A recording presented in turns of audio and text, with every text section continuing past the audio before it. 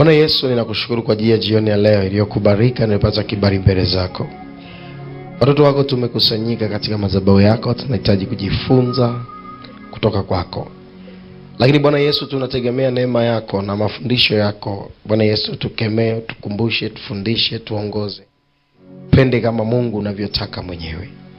Naomba neema yako na nguvu zako na upako wako na uweza wako inami Jehova. Wewe ndiye Mungu mkuu, wewe ndiye Bwana majeshi. Naomba ukuu wako na uweza wako na utawala wako uwe mahali hapa. Roho Mtakatifu nitumie, niongoze kufanya vile ambavyo inatakiwa. Tenda sawa sana mapenzi yako, wafungue watoto wako kupitia neno lako. Na mpinga shetani katika ibada hii, bali naomba nguvu zako na uweza wako pamoja nasi watoto wako.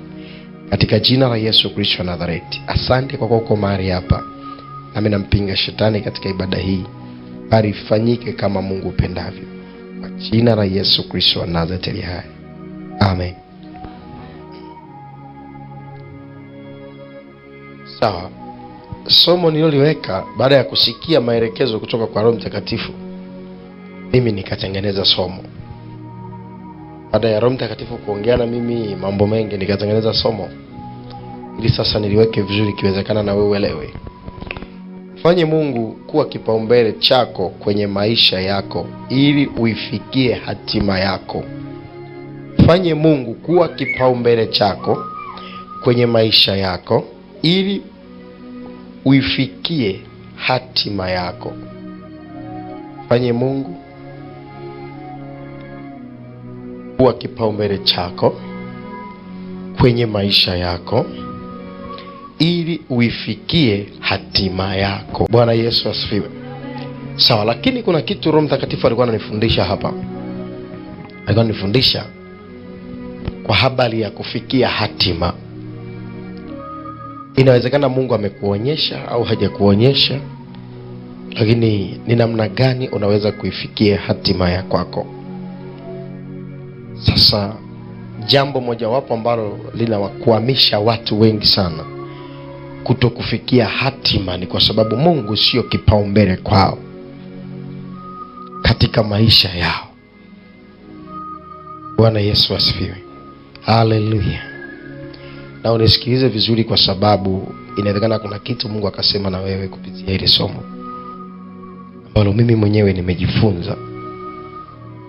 Kuna watu ambao Roho Mtakatifu akaniambia kwamba ni ukiwaangalia na kuwasikiliza ni watu ambao wanaonekana wanampenda sana Mungu.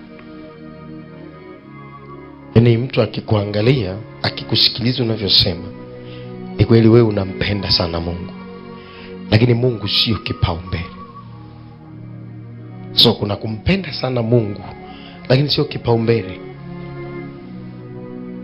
Yaani yeye hatangulii.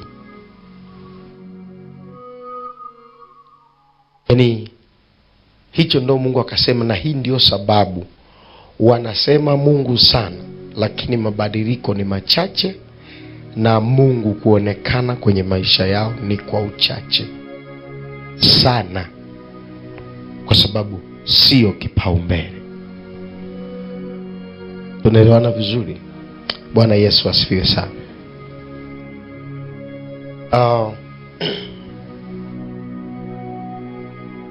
Kuna kitu Mungu akaniambia, akasema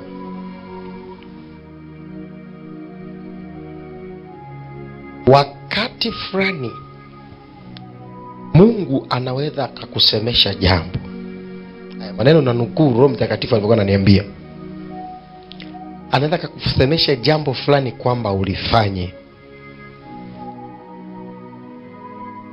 Atakapokusemesha lile jambo kwamba ulifanye, unatoa sababu. Mungu anataka kusema hili jambo fanya saa hizi, au akakwambia wakati huu ndo wa kufanya kitu hiki. Wewe utatengeneza sababu kwamba Mungu, jambo hili siwezi kufanya saa hizi kwa sababu na jambo hili na hili na hili. Kwa hiyo Mungu, subiri kwanza nifanye hili na hili na hili, ndiposa nitafanya uliloniambia. Bwana Yesu asifiwe. Haleluya. Tunaelewana vizuri? Ndicho Mungu akaniambia, ndiyo maana mimi sionekani kwao. Sasa pima kiwango cha vile unamtaja Mungu, alafu angalia, je, ni kipaumbele? Hata kama unamtaja sana, hata kama unaomba sana, lakini Mungu ni kipaumbele au Mungu anafuata? Yaani au wewe Mungu anafuata. Kuna mtu anasema sijakataa kufanya, ila kwanza nifanye hili ndiposa nitafanya hili. Sijakataa Mungu kutoa zaka nitatoa, lakini sasa hizi nina mahitaji mengi sana, so ngoja ni solve haya matatizo nilionayo, haya mahitaji nilionayo, ndiposa nitatoa zaka. Mungu, sijakataa kwenda kanisani, lakini ngoja kwanza nifanye utu kazi nimalize, ndiposa nitaenda wapi? Kanisani. Alafu huyu mtu amebaki hapo, yaani mbaki kwenye hiyo level, yaani yuko kwenye hicho kipengele, ndio maisha yake. Tunaelewana vizuri? Yaani ya ndio maisha yake. Sijakataa kufanya, lakini ngoja kwanza. Na anajikuta yuko kwenye level za unyenyekevu, na anasema mimi ni mnyenyekevu.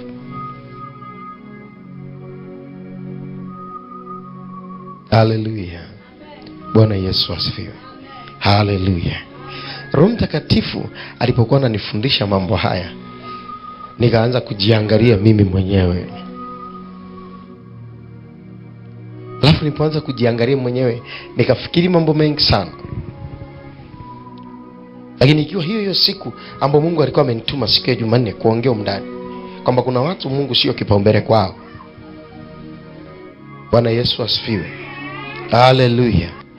Kwamba Mungu sio kipaumbele. Yaani hata kama unamtaja sana, hata kama unamtaja sana, na hata kama umesema mimi ni mwokovu sana, lakini je, ni kipaumbele?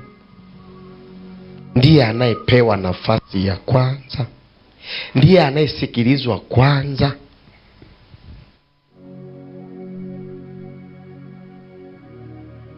Bwana Yesu asifiwe. Yesu akasema mtu yoyote ambaye ameanza kulima alafu akawa anaangalia nyuma, hafai kuwa mkulima huyo. Bwana Yesu asifiwe. Haleluya.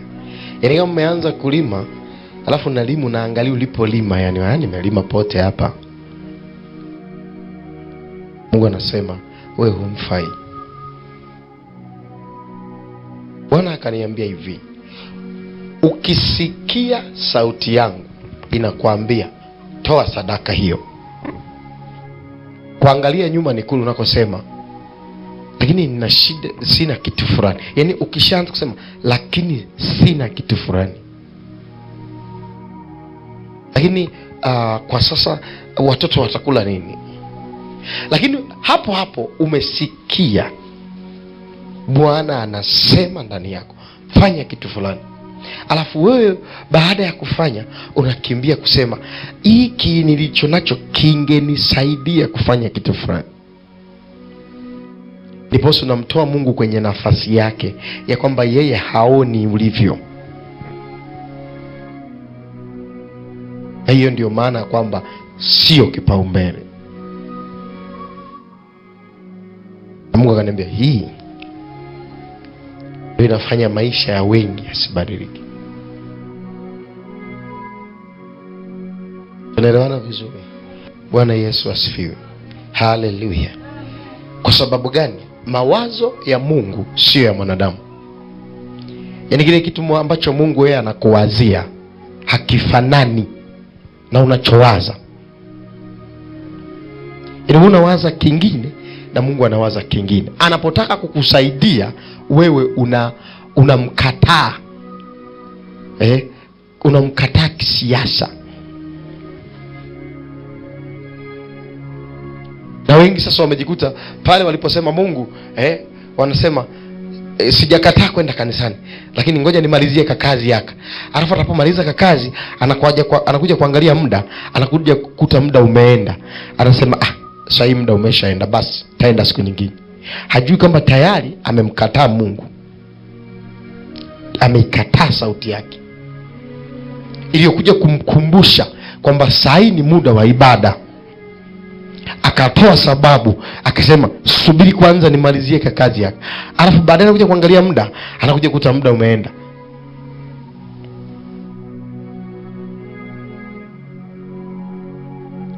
Sasa hizi basi nimeshachelewa. Nijua kazi nitamaliza haraka.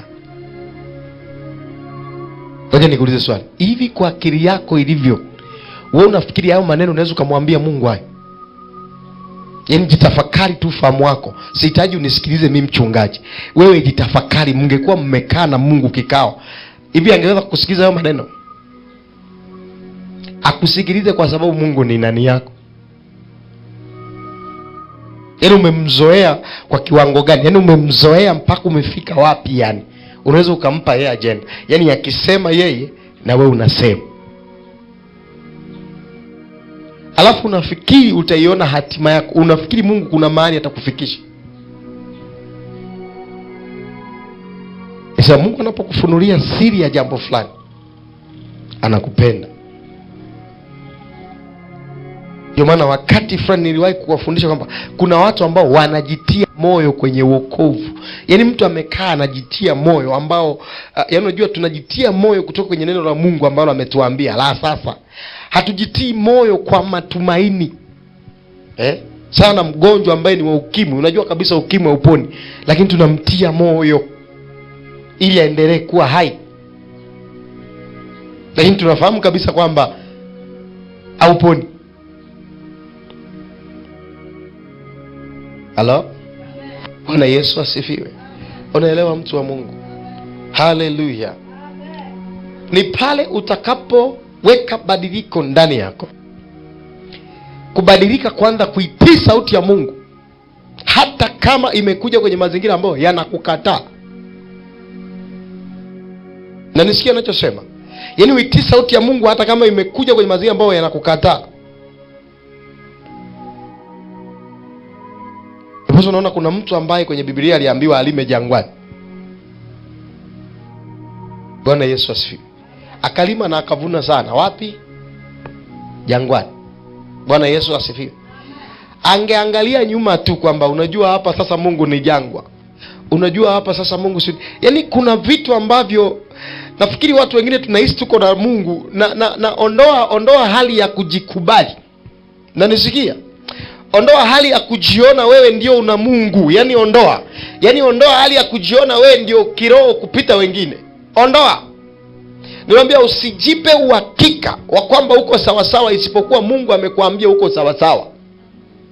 Na kama Mungu hajasema kwamba uko sawa sawa, usiseme. Hata kama anakutumia, hata kama anakufunulia siri nyingi, hata kama anakuonyesha mambo mengi sana. Kuonyeshwa, kufunuliwa, kutabiri, kufanyaje, sio sababu ya kwamba Mungu yuko pamoja na wewe. Na ni si watu wa Mungu. Bwana Yesu asifiwe.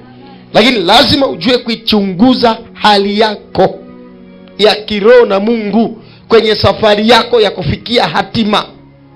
Ndipo utaona Mungu anasema kila saa, maneno ni yale yale anarudia, lakini hakuna badiliko kwako.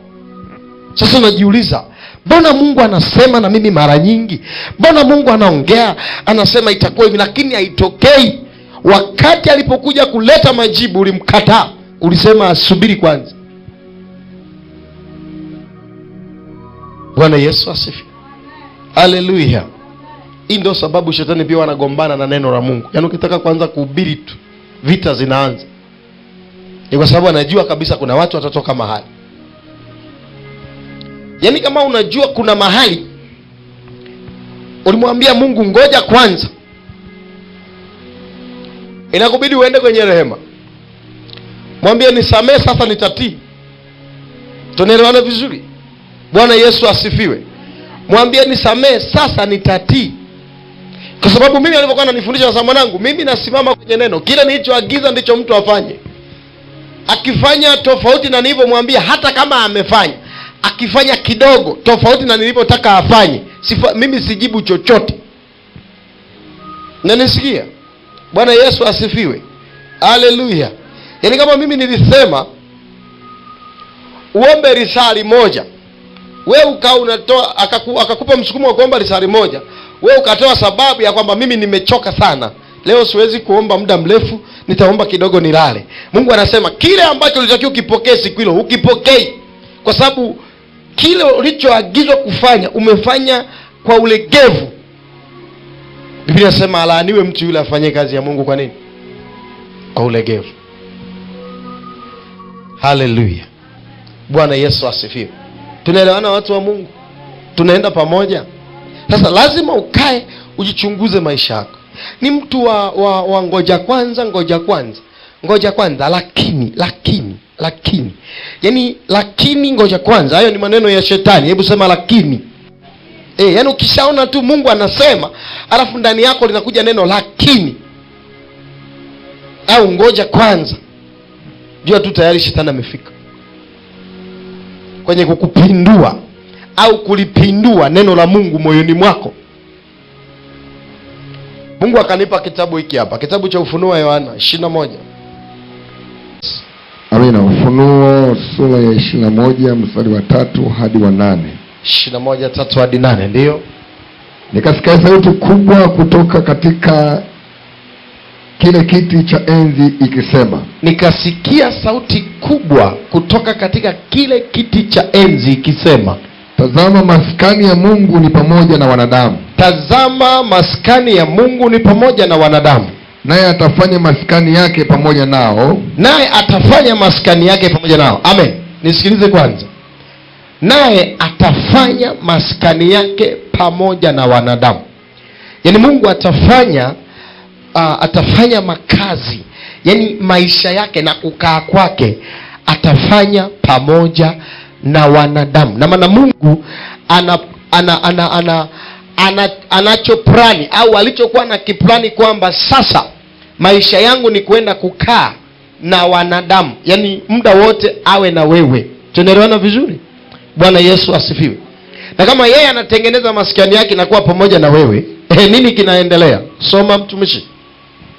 Nao watakuwa watu wake. Anasema nao watakuwa watu wake.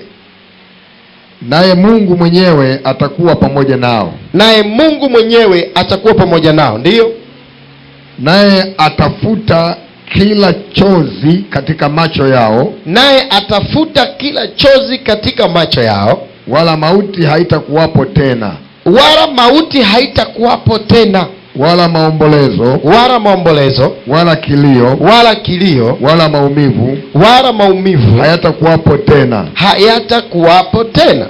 Kwa kuwa mambo ya kwanza yamekwisha kupita. Kwa kuwa mambo ya kwanza yamekwisha kupita. Na yeye aketie juu ya kile kiti cha enzi akasema. Na yeye aketie juu ya kile kiti cha enzi akasema, tazama nafanya yote kuwa mapya. Tazama na yafanya yote kuwa mapya. Akaniambia. Andika ya kwamba maneno haya ni amina na kweli. Maneno hayo ni amini na kweli. Akaniambia. Imekwisha kutendeka. Mimi ni Alfa na Omega. Mwanzo na mwisho. Mimi nitampa yeye mwenye kiu. Anasema mimi nitampa yeye mwenye kiu ya chemichemi ya maji ya uzima. Bure. Yeye ashindaye atayarithi haya. Nami nitakuwa Mungu wake. Naye atakuwa mwanangu. Bali waoga na wasioamini na wachukizao na wauaji na wazinzi na wachawi na hao waabuduo sanamu na waongo wote yes, sehemu yao ni katika lile ziwa liwakalo moto na kiberiti. Hii ndiyo mauti ya pili. Amen. Bwana Yesu asifiwe sana. Haleluya. Sasa hapa kuna kitu nataka nikutafakarishe. Haya mafunuo aliyokuwa anayaona Yohana ilikuwa ni kipindi kile ambacho Yesu alikuwa ametoka kutoweka duniani kurudi mbinguni. Sema amen. Ndiposa wanafunzi wa Yesu waliweza kupitia changamoto, baadhi changamoto walizopitia. Ikawa imefika dhamu ya Yohana naye kwanza kukamatwa ili wanatafuta namna ya kumuua. Sasa Mungu ndipo akamfunulia haya maono. Bwana Yesu asifiwe. Kuonyesha wanadamu kile kinachokwenda kutokea duniani. Kwanza maskani ya Mungu inakuwa pamoja na wanadamu, lakini Mungu anakuja kuyafanya yote kuwa mapya, na anasema hakutakuwa na machozi wala kilio, atafuta machozi yote. Bwana Yesu asifiwe sana. Haleluya. Sasa kuna picha ambayo Roho Mtakatifu akawa ananionyesha ya kwamba yote haya ni kama hayatokei kwenye maisha ya wanadamu, ni kwa sababu hawashindi ila wanashindwa. Anasema yeye ashindaye. Hebu sema yeye ashindaye. Sema yeye ashindaye. Anasema yeye ashindaye atayarisi haya, nami nitakuwa Mungu wake, naye atakuwa mwanangu. So ili Mungu awe ni Mungu wa kwako, lakini pia wewe uwe mwana wa Mungu, lazima uwe mshindi. Tunaelewana vizuri? Kama uwe mshindi, maana kuna kitu kinachoshindana na wewe. Tuko pamoja watu wa Mungu? Unaelewa? Kuna kitu kinachoshindana na wewe. Ndicho ambacho kila Mungu akisema neno, unasema sijakataa, lakini ngoja kwanza. Kuna kitu ambacho kinakuingia, kinachoweka neno ngoja kwanza ndani yako. Ngoja kwanza kinaua imani. Hata kama Mungu amesema saa hii nitakiwa ufanye hili, wewe unasema ngoja kwanza, lakini unajihisi ni wewe, lakini kumbe sio wewe. Kumbe kuna kitu kinachoua neno la Mungu ndani yako. Na kama hautashtuka, nakwambia ukweli, kama hautashtuka, wewe utakuwa ni mtu wa ngoja kwanza. Kila kitu ngoja kwanza, kila kitu. Lakini unajua ningefanya, lakini huko ndo kuchelewa kwako, huo ndo umasikini wako, na huko ndo kukwama kwako, mpaka utakapoondoa neno ngoja kwanza, lakini pia utakapoondoa neno lakini, ndipo utaanza kutembea kwenye njia ya kuelekea kwenye hatima ya maisha yako ile nzuri ambayo Mungu amekuonyesha. Mpaka yaani utakapoondoa hilo neno lakini au ngoja kwanza, ndio utaanza kuona mwanga kwamba okay, sasa naona naelekea ninapotakiwa kufika. Bwana Yesu asifiwe. Haleluya. Haleluya. Unaelewa mtu wa Mungu? Yaani kama uelewi hapa, shauri yako. Tuko pamoja Kitabu cha Warumi 8 mstari wa 5 na wa 6. Mstari wa 5 na wa 6. Yeah. Neno la Bwana linasema, ndiyo, kwa maana wale waufuatao mwili, anasema kwa maana wale waufuatao mwili huyafikiri mambo ya mwili, bali wale waifuatayo roho, hufikiri mambo ya roho. Huyafikiri mambo ya roho. Kwa kuwa nia ya mwili ni mauti, bali nia ya roho ni uzima wa milele. Uzima na amani. Amina. Bwana Yesu asifiwe. Amina. Haleluya. Sawa. Unaona hiyo mistari miwili hiyo? Unaiona hiyo mistari miwili hiyo?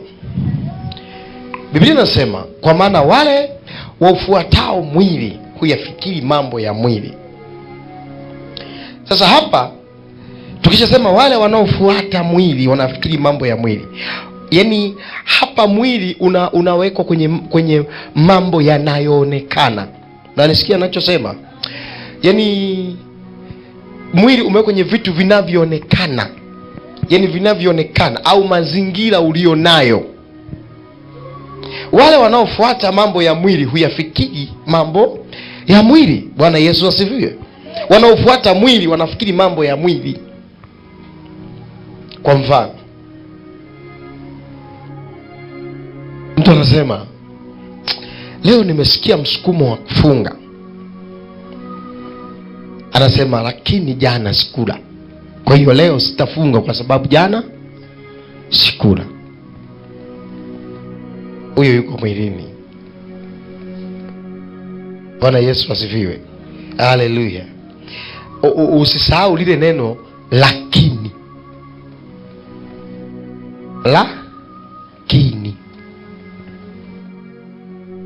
Nasikia msukumo leo wa kufunga, lakini jana sikula.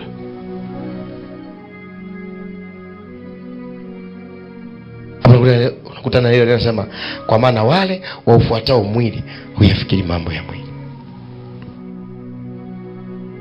Hiyo ndo lazima kuwe na lakini. Yaani msukumo Mungu amekuwekea, alafu mwili nao umekuja kuongea.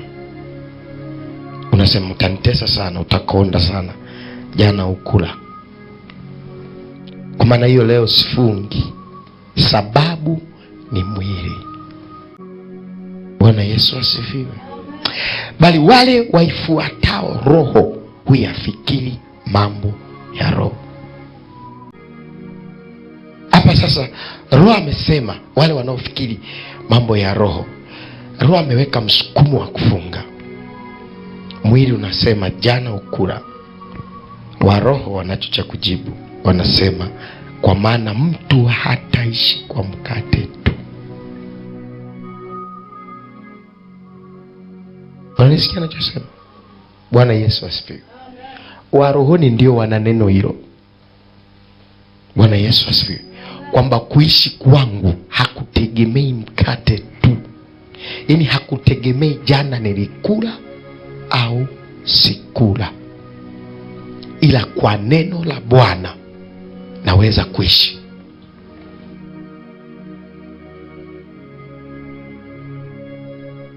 Unanisikia ninachosema? Bwana Yesu asifiwe. Haleluya. Lakini wale walioko mwilini wangesema lakini jana sikula, kwa hiyo leo siwezi kwa sababu jana sikula.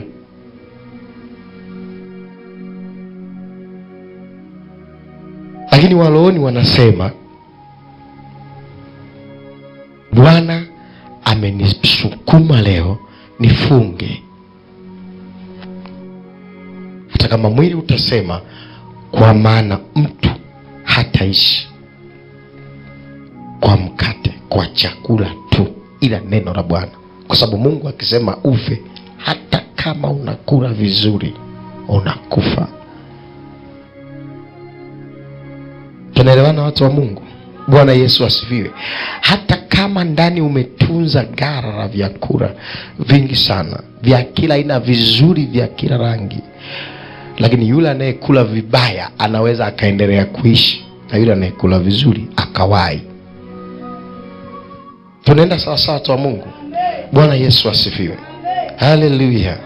Kwa hiyo sasa hapo wewe ndio ujiangalie, unaenda kwa roho au kwa mwili?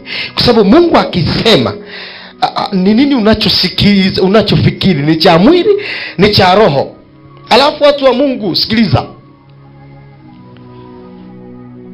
wakati nisikilize vizuri, wacha nitolee mfano, labda ndio mtaelewa vizuri na nyinyi wengine utawasaidia. Wakati nimesikia wito wa kuja kufanya kazi ya Mungu hapa, nilikuwa siko na hela kabisa. Bwana Yesu asifiwe. Haleluya. Lakini moyoni Roho Mtakatifu akaja kuwasha moto mkali sana. Halo?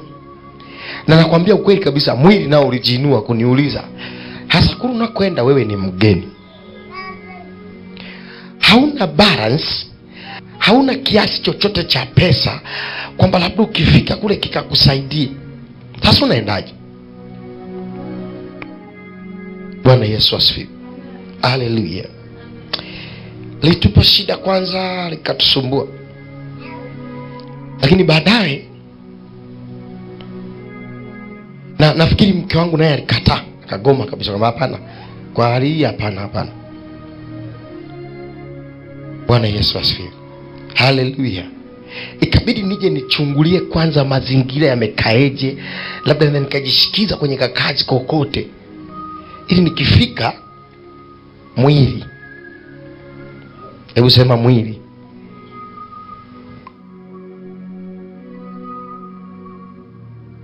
bwana. Nifika kweli nikaona mazingira, nikaona kabisa mazingira yatanifaa kufanya hiyo kazi. Lakini maajabu yake, nilipofika hizo kazi zote zilishindikana na zilikataliwa zote. Na tulifika huku tukiwa hatuna chochote, ila tumekuja kwa neno la Bwana. Bwana Yesu asifiwe. Mpaka saa tunatii, kiwango cha pesa tulicho nacho kinatosha kusafirishia vyombo, yaani kusafiri sisi na vyombo mpaka kufika hapa. Halo, Bwana Yesu asifiwe. Unanielewa vizuri? Na tukafika hapa hatuelewi tunakwaje, tunaendaje. Maajabu yake, hata watu ambao tulitegemea kwamba tungewaegemea kwa dakika hiyo wakawa mbali na sisi.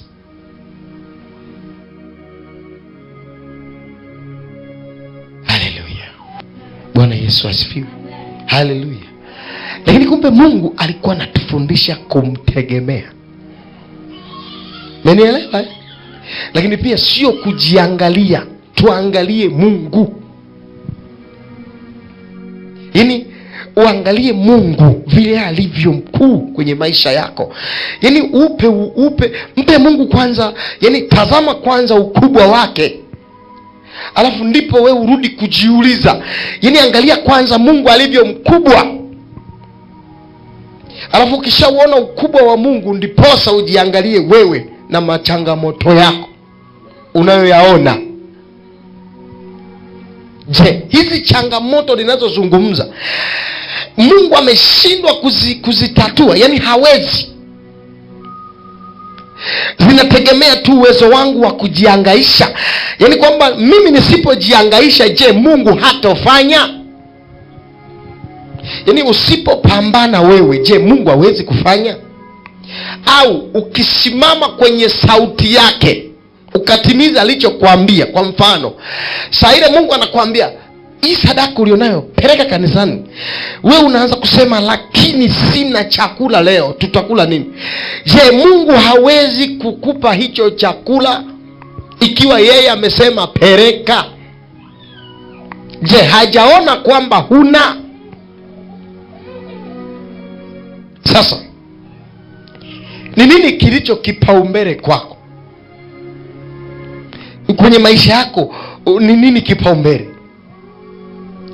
Unaweza ukasema umemwelewa Mungu lakini kumbe hujamuelewa. Na unaweza ukasema mimi niko na Mungu ninamtegemea, lakini kumbe ni muongo, humtegemei. Unategemea nguvu ulizonazo na akili ulizonazo kuweza kukutatulia kile unachotaka kitatuliwe. Alafu sasa kwenye utumishi, yaani huku kwa Yesu, kwenye kuokoka huku, yaani ukishaanza kuamini sana uwezo ulionao na akili zako, kwa Mungu hautaona matokeo. Yaani hatua zako zitategemeana na zitakuwa sawa na wale wanaopambana kwa akili zao. Mungu atanyamaza. Sasa sikiliza, hatari yake iko hapa. Mungu atanyamaza na wewe utafanya uzembe kwenye kupambana na akili zako, ukiwa na imani haba, imani sio na maelezo yanayojitosheleza, ukisema Mungu atafanya, na wakati Mungu amenyamaza, alafu umewekeza nguvu ndogo kwenye mahitaji yako. Nashindwa niwekeje hili neno. Yaani iko hivi, kwa mfano unasema Mungu atanisaidia, mambo yangu yatakaa vizuri, lakini Mungu mwenyewe anasema mimi nimetamani kukusaidia mara 3 yote, umegoma. Sasa tumia akili zako. Na sasa kwa sababu hujasikia Mungu akisema tumia akili zako, unawekeza nguvu zako kidogo sana kwenye kutafuta mahitaji yako. Unajikuta uko katikati ya maisha magumu, ukifikiri ni jaribu, kumbe ni akili yako imekuwa zembe, na huku muelewa Mungu. Mungu amenyamaza na wewe umewekeza nguvu kidogo sana ukijua Mungu atatenda, kumbe unajiadhibu. Sijui nisemeje hapo muelewe. Yaani katikati ya hilo unasema Mungu atatenda, hayupo. Muda wote aliyotaka atende na wewe umemkataa, umemwambia asubiri. Sasa kwa sababu hujajua, kwa sababu hujaelewa kwamba Mungu naye amenyamaza kwa sababu aliniacha nitumie nguvu zangu. Sasa na wewe ukijua bado niko naye, kumbe amekuacha. Alafu sasa unajikuta kwenye maisha magumu sana.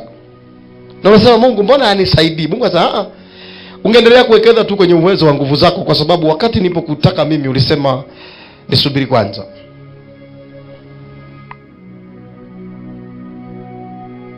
Halo. Bwana Yesu asifiwe. Haleluya. Haleluya. Unajua sasa jana nisingeenda kazini, leo tungekula. Ndio maana sikuja ibadani kwa sababu nilienda kazini. Lakini jana nilisikia sana msukumo wa kuja ibadani. Nilisikia msukumo sana. Sasa nisikilize. Mungu uliyemwambia asubiri, ameendelea kusubiri. Na wewe hujawekeza tena nguvu kule, ukiamini kwamba Mungu atatenda, kumbe hatendi.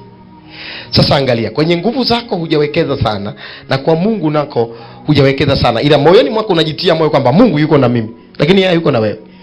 Kwa hiyo unajikuta sasa vya kwa Mungu haviji, vya kwenye nguvu zako vinakuja vichache. Una maisha magumu, unalaumu.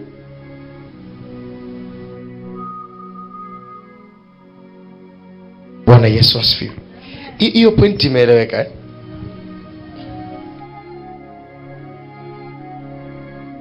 Kwa maana Mungu alisema mtu hawezi kumtumikia Mungu pamoja na nini? Mtu hawezi kuwa na mabwana. Ukilisoma hili neno wewe unaliona jepesi sana. Ninachotafuta kwenye maisha yako, sawa, ni kutii sauti ya Mungu kwanza. Yaani Mungu ndo awe kipaumbele cha kwanza. Hata kama mazingira haya yanakuvuta shati, lakini ikiwa Mungu amesema songa mbele, usiangalie hicho. Uruhusiwi kuangalia hata kidogo. Unaruhusiwa kuangalia huku Mungu alikosema nenda, maana yeye atashughulika na hiki, ijapokuwa hajakwambia anashughulika. Unanisikia ninachosema? Bwana Yesu asifiwe. Haleluya. Haleluya. Anasema Petro, anasema tumeacha vyote tulikuwa na vitu huko vya kufanya, vitu tuna mahitaji, lakini wao wamesema tukufuate. Anamuuliza swali, hii nifuate. Tunakufuata lakini tunaacha vitu huku, ujue vilikuwa vinatuingizia. Tulikuwa wavuvi, tulikuwa tunapata pesa, tunaishi maisha fulani tunataka wenyewe, lakini hii nifuate, hii tutapata nini huku tunakokufuata?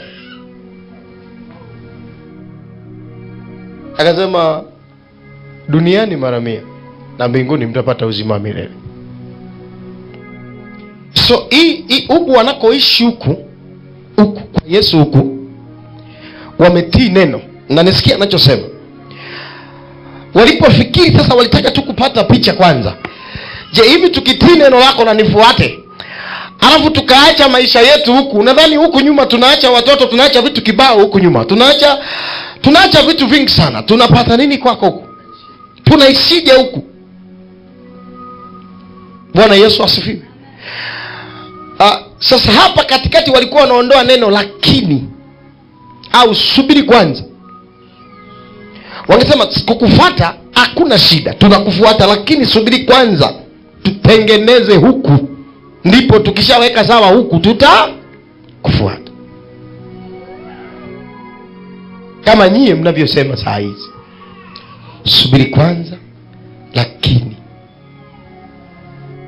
Ni maneno mabaya sana kwenye ufalme wa Mungu aliye hai. Na nisikia watu wa Mungu. Haleluya. Haleluya. Mungu anasema ningefungua milango, lakini huyu mtu bado ana akili za Misri, wakati mimi nataka kumpeleka Kanani. Anasema Musa, hawa watu si wanataka matango wanataka vitunguu saumu, wanataka makomamanga. Hakika yake huku hafiki mtu, wote watafia njiani. Watakaofika ni watoto tu, ili kule tukaanze nao kizazi kipya. Kwa sababu anakuja kwangu akiwa ameshanishusha uwezo. Unanisikia ninachosema? Yaani unaenda kutii sauti ya Mungu, aidha ni kutoa au kufanya chochote kile, ukiwa umeshamshusha Mungu uwezo.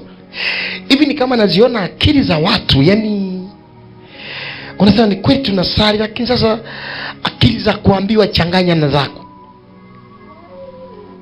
Yaani sasa tunasali sawa, lakini bwana unajua hekima pia ya kibinadamu. Unajua mambo tuende nayo kwa hekima. Hujasikia sauti ya Mungu. Mnanisikia ninachosema? Hiyo hekima unayotaka kuitengeneza katikati ya sauti ya Mungu. Hivi watu mnamsikiaga Mungu? Unakishasema kumsikia Mungu, hivi mnamsikia Mungu?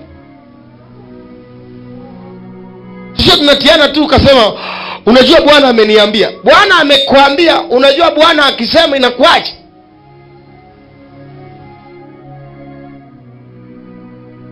Ujue hajasema bado. Mnanisikia ninachosema? Bwana Yesu asifiwe. Yaani ujue hajasema. Kama umeweza kumwambia subiri kwanza, hajasema bado. Na kama amesema umemwambia subiri kwanza, ameshakuona una kiburi, alafu amejua muamini. Yaani hilo sawa, mimi ninamwamini Mungu, kila kitu kitakaa sawa, lakini aliposema ukamwambia subiri kwanza, anasema ise. Huo ni upatu uvumao.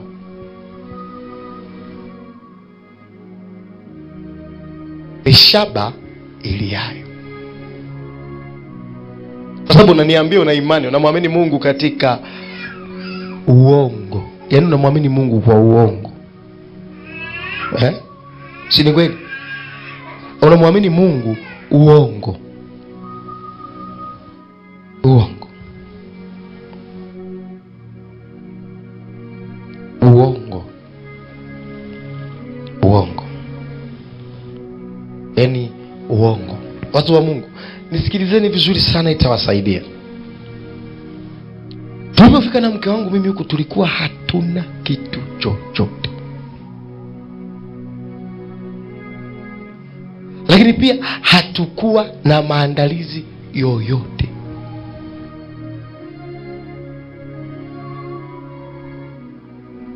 Niwahi kuwapa mfano mmoja hapa. Kuna wakati fulani kuna mtu alitoa sadaka hapa, alitoa sadaka kubwa tu, kubwa. Lakini Mungu akana niambia, wakati tulikuwa na mahitaji mengi sana na mke wangu, tulikuwa na mahitaji mengi sana. Mengi, wakati wote tukafikiri kwamba tungekuwa tumeshapata tayari, hii ingetusogeza, ingetubadilisha kidogo, muonekano ungechange kidogo.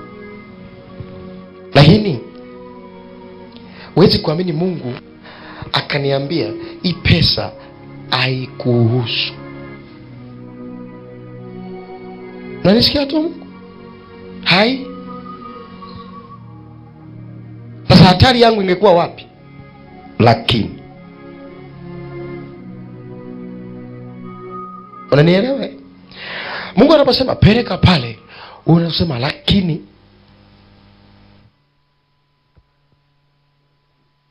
Mungu anasema mimi ni wa kwanza tena wa mwisho. Ni Alfa tena ni Omega. Yeye ndo anaanza. Unajua kwenye neno la Mungu, hivi unaweza kumshauri Mungu? Nani ambaye amewahi kumshauri Mungu? Bwana Yesu asifiwe. Unajiona vile ulivyo jeuri, unajiona? Asa angalia tu, angalia. Jipe kipengele wewe mwenyewe. Sema hivi, mimi ni jeuri au mnyenyekevu?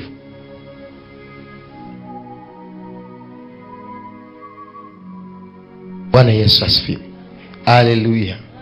Yaani kama Mungu akisema labda fanya hiki kitu, fanya hiki kitu, wewe swali la kumuuliza Mungu ni saizi au ni saa ngapi?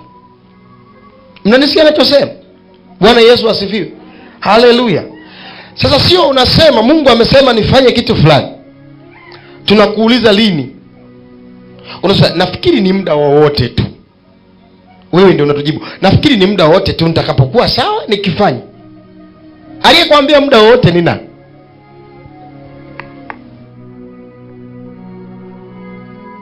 Hiyo ya muda wowote ni lakini. au nisubiri kwanza? Wewe Mungu anaposema fanya jambo hili, ni kumuuliza Mungu ni leo, ni kesho au ni lini?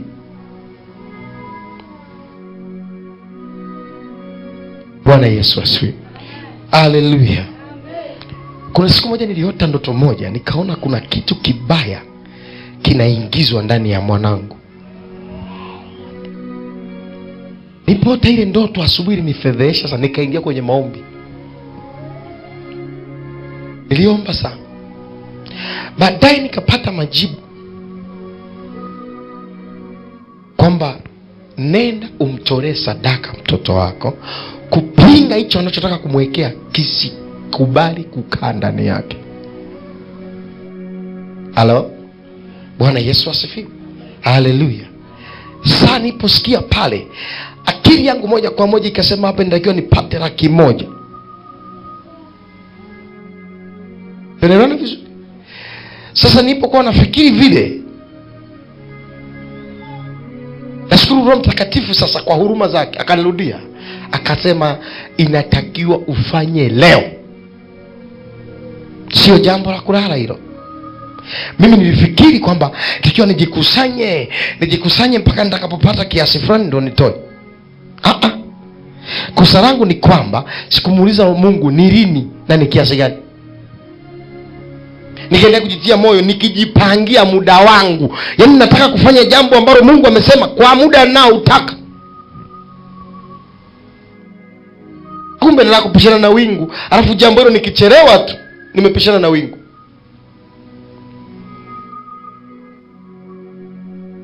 Halo? Bwana Yesu asifiwe. Haleluya. Baada ya vile Roho Mtakatifu akaniambia leo, na kiasi chochote ulicho nacho hakikisha unakitoa. Nikasema nakitoaje? Akasema utakwenda tu weka kwenye chombo cha sadaka ukiwa umeombea mwenyewe, hata mchungaji wako simwambie. Unaona hiyo? Nikabeba sadaka yangu nikaenda kuweka kwenye chombo kama sadaka za kawaida, lakini sadaka yangu nimeiombea na nimeiweka mle. Alafu nikapata amani, na nikajua kabisa amani inaniambia imepokelewa na hilo jambo limeshakanseliwa.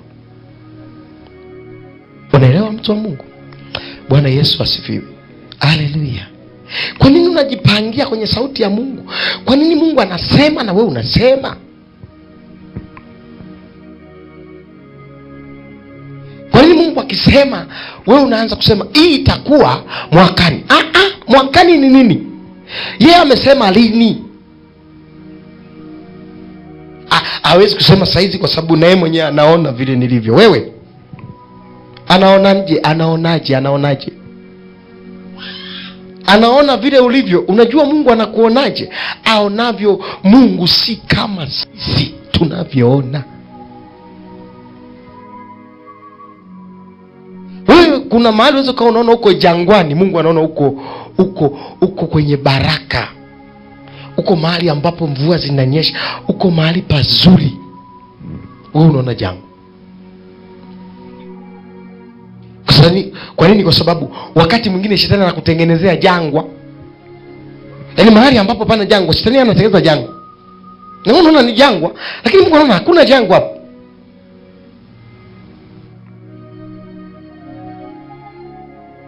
Nikwambie kitu. Mungu aliyekuonyesha hatima ndiye aliye na password za wewe kufika pale kwenye hiyo hatima. Unanisikia vizuri? Hasa wewe endelea kumweka Mungu wa pili. Yaani wewe anza kwanza, akili yako ianze, Mungu afuate nyuma yako. Maana wewe sasa unamuongoza Mungu, sio Mungu anakuongoza. Yaani sisi wewe ndio unamuongoza. Yaani unaposema sijakataa kufanya, lakini manake unamwambia Mungu umekosea kusema, ungesubiri nifanye kitu fulani ndipo ungeniambia. Hayo masikio yasipozibuka. Na nisi watu wa Mungu. Yaani masikio hayo yasipozibuka na ukamweka Mungu kwenye nafasi yake, mimi nakwambia ukweli, tuendelee kusimuliana, tuendelee kuhubiriana, tuendelee kupeana mikono, ila badiliko sahau.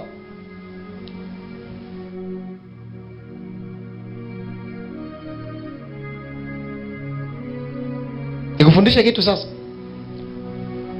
Sasa hizi ukishasema Mungu ameniambia jambo fulani, hakikisha unatuambia na muda wa hilo jambo.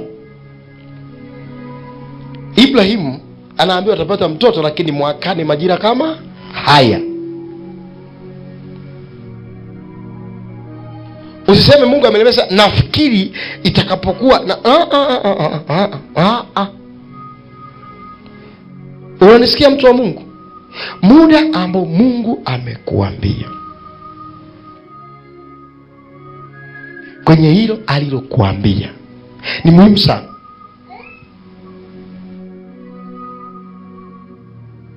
Usikae na Mungu hewani eti. Halo? Alafu hata kama alisema atakutendea jambo mwakani, labda akakwambia mwezi wa 6 utakuwa umefanikiwa jambo fulani, ukikuta halijafanikiwa, nenda mbele za Bwana muulize. Hasa watu wa Mungu, wewe huoni kama utakuwa unaendelea kurudia mambo? Kwa nini unajitia moyo kwenye vitu ambavyo sio vya kujitia moyo? Yaani kwa nini unajitia moyo kwenye kitu ambacho sio cha kujitia moyo? Na huna taarifa yoyote kwenye hicho, huna taarifa. Unajitia moyo wa nini? Kama unatambua kwamba ulishakosea mahali, basi uende utengeneze ili uanze upya. Sasa haya, unaendelea kujitia moyo, lakini dhambi imekaa pale. Mungu anasema hii sipotubiwa, hii uendi popote hapa, lazima utakuwa unaendelea kusiripu hapo. Ni kama gari ambalo linataka kupanda mlima, likikaa kwenye utelezi na unalizima hapo. Ukilizima ule utelezi unairudisha nyuma, unairudisha mpaka ilipokuwa tena, unaivuta. Ukifika hapa sasa pabaya, ili utafutie balance namna ya kupapita, ule mdu unaotafuta balance namna ya kupapita umesharudi tena ulipotokea. So utakuwa unafanya kazi hiyo, naenda mpaka hapa, unarudi tena pale, unasema nitapambana, unafika mpaka hapa tena, ngoja nikajianze. Utakuwa unafanya kazi hiyo. Anasema mimi nitakuwa baba yao, hakutakuwa na machozi, huzuni, sio kilio. Kwa nini? Mungu yuko na wewe. Hakuna kitu Mungu anajisikia vibaya kwa Mungu kwenye hali tulizo nazo. Mungu hajisikii vizuri, mimi nakwambia ukweli. Watu wa Mungu mnanisikia? Ila sasa ni watu ambao hatupigi hatua, tuko vile vile, hatuendi, hatua zetu hazitembei. Yaani hatutembei, yaani unajiona hutembei.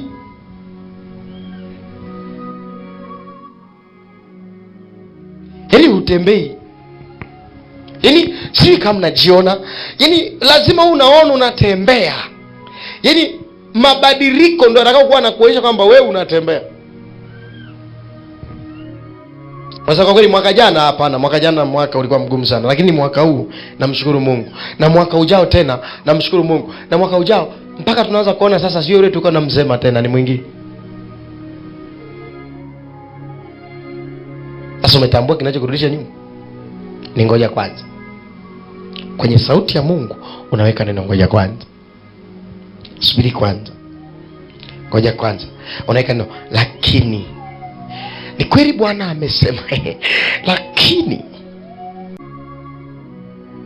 mjue sana Mungu. Mjue sana Mungu.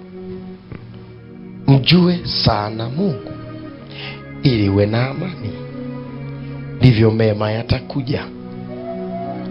Mema hayaji kama hujamjua Mungu. Mungu hapendi kuambiwa subiri kwanza. Na nisikia watu wa Mungu. Bwana Yesu asifiwe. Haleluya. Mungu hapendi kuambiwa ngoja kwanza. Ngoja nini? Mimi nikisema, yaani yeye ni wa kwanza, ni wa mwisho. Neno lake halihitaji tena kujaziliziwa au kushauriwa. Mungu akisema ni sasa. Hiyo ndio kitu ambayo inakuchelewesha. Yaani wewe kila muda una maelezo kwenye sauti ya Mungu. Hakuna sauti ya Mungu iliyokuja kwenye maisha yako haikukumbana na maelekezo yako.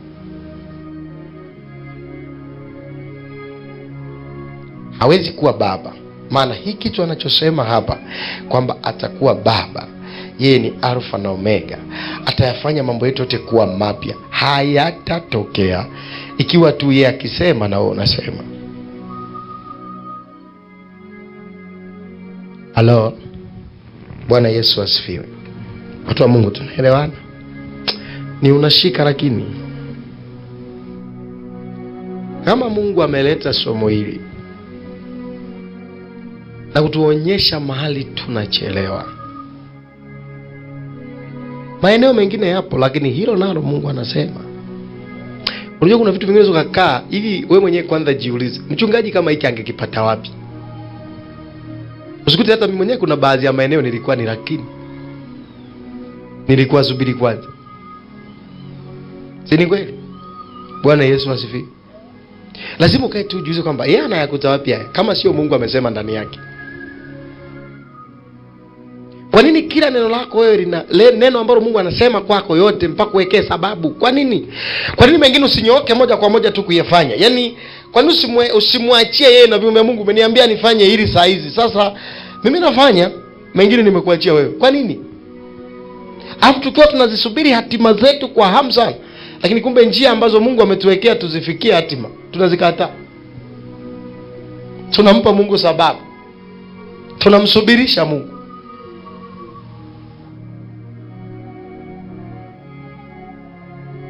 Nimekupa mfano mrahisi sana. Mungu anakuambia ni muda wa kanisani, nenda. Unasema ngoja kwanza nimalize kazi. Wewe ngoja kwanza, unamwambia nani?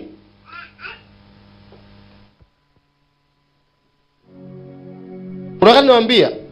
Yaani ni vile Mungu umempa uzito, yaani uzito uliompa ndani. Umeshamzoea. Na hakuna kitu kibaya kama roho ya mazoea.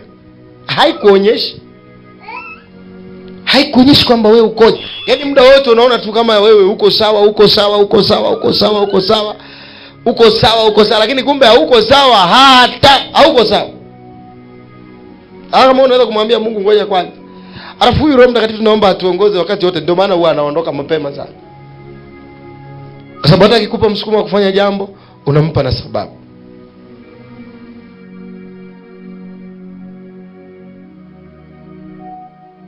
Wewe na wajaribu tu. Anasema, "Hebu wahubirie hawa watu hapa Injili, waambie hawa watu Injili hapa." Unaanza kusema, sasa mbona sijavaa vizuri? Sasa watanielewa kweli nimevaa hivi?" Lakini sasa watu wenyewe watanidharau tu, unajua watu watanidharau. Wewe unaongezea maneno yako kwenye Mungu amesema, wewe unaongeza ya nini? Hayo yako yanatoka wapi? Mungu amesema fanya. Yaani Mungu akisema fanya, ameshaona. Yaani ameshaona vyote, amekuona. Yaani anakuambia kwa sababu pia amekuona huko haujapendeza. Anajua kabisa kwamba wanaweza kukuza. Hivyo vitu anajua, usimuonyeshe. Yaani huwezi kumuonyesha Mungu jambo, yeye ashayaona yote. Ila anafanya mengine tu kama saini. Anafanya, mimi nataka kufanya saa hizi. Halo? Bwana Yesu asifiwe. Unaelewa? Unafunguka ufahamu. Nikisema mengi sana yatakuvuruga. Acha nishie hapo, tuendelee siku nyingine. Pigie Yesu makofi mazuri.